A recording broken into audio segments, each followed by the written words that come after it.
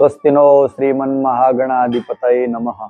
यश्वानुभावमखिलं श्रुतिसारमेकं मध्यात्मदीपमतितितीरशतां तमोन्धं संसारिणा करुणयाः पुराणगुह्यं तम व्यासशून्यमुपयामि गुरुं मुनीनां। माँ गंगा के पावन तट पर चातुर्मास की पावन सत्संग के अंतर्गत आज हम द्वितीय संस्कार पुंसवन संस्कार के ऊपर बोलने के लिए तत्पर हैं। सनातन धर्म में जो 16 संस्कारों का मुख्य स्थान बताया गया है, पहला संस्कार गर्भाधान, दूसरा संस्कार है पुंसवन संस्कार।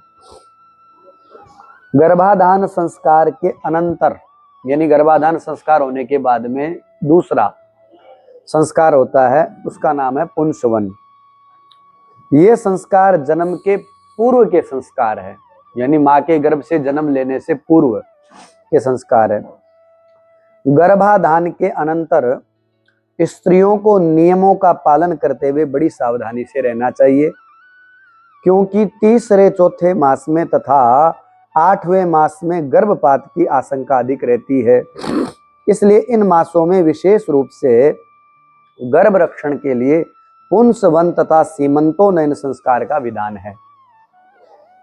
व्यास स्मृति में कहा गया है कि गर्भ जब 2 मास का पूर्ण हो जाए और तीसरा महीना प्रारंभ हो जाए तो उस समय पुंसवन संस्कार करना चाहिए। 4 मास तक गर्भ में स्त्री पुरुष का भेद नहीं होता, यानी 3-4 महीने का जो बीच का समय है, उस समय का ये निश्चित नहीं हो पाता है कि कन्या होगी या बालक होगा। तो 4 मास तक गर्भ में स्त्री पुरुष का भेद नहीं होने के कारण स्त्री पुरुष के चिन्ह उत्पत्ति के पूर्व ही यह संस्कार किया जाता है।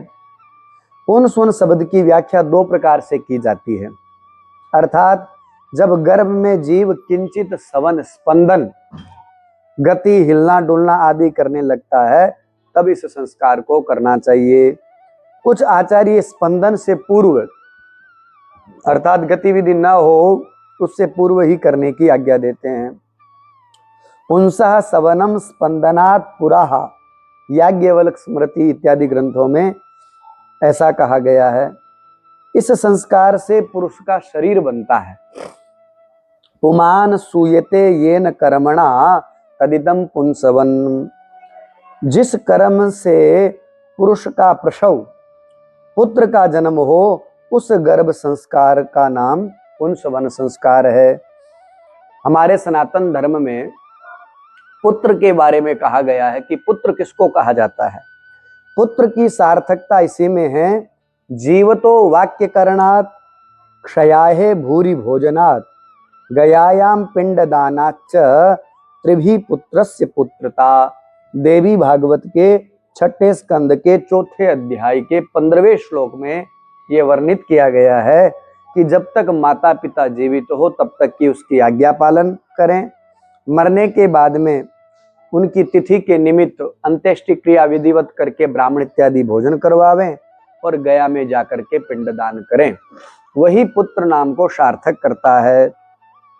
पुंसवन संस्कार बालक के गर्भावस्था का है, अतः गर्भस्थ संस्कार होने के कारण प्रत्येक गर्भावसर पर इसे करना चाहिए। ये धर्म सिंधु का मत है।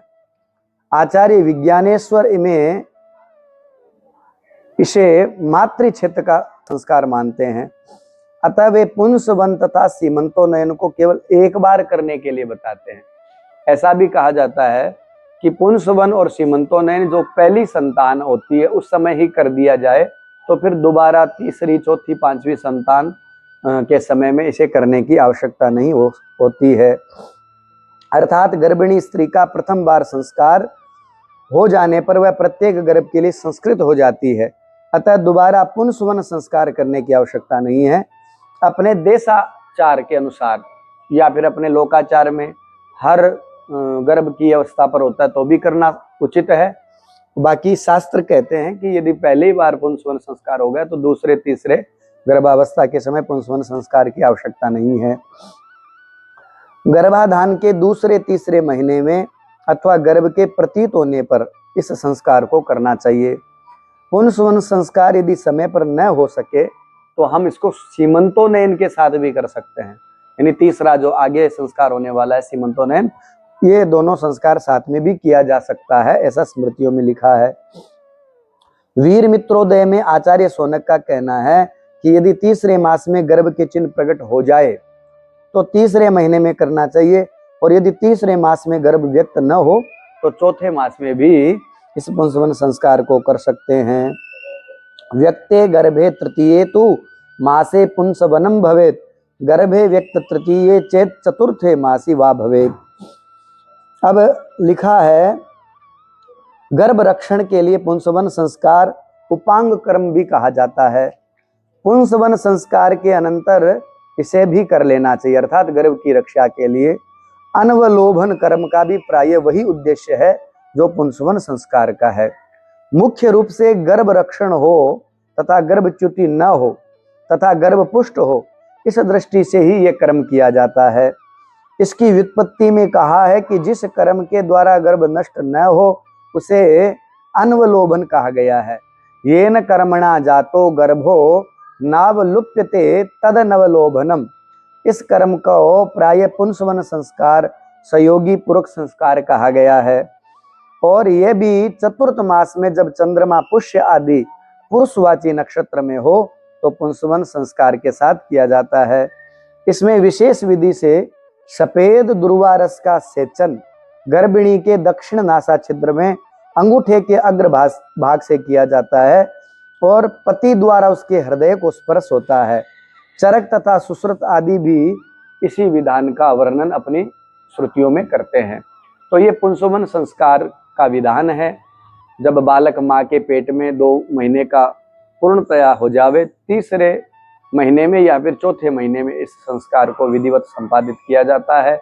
ब्राह्मण को बुला करके विधिवत जो संकल्प पूजन इत्यादि दान इत्यादि करके इस संस्कार को संपादित करवाना चाहिए, ताकि संतान गर्भ में सुदृढ़ और मजबूती से अच्छे संस्कार को प्राप्त करे और हष्टपुष्ट शरीर को प्राप्त करे। इसी कामना के साथ पुंसवन संस्कार का हमारे धर्मशास्त्रों में विधान बताया गया है, और गर्भाधान संस्कार होने के बाद में दूसरे तीसरे महीने में इस संस्कार को संपादित करना चाहिए।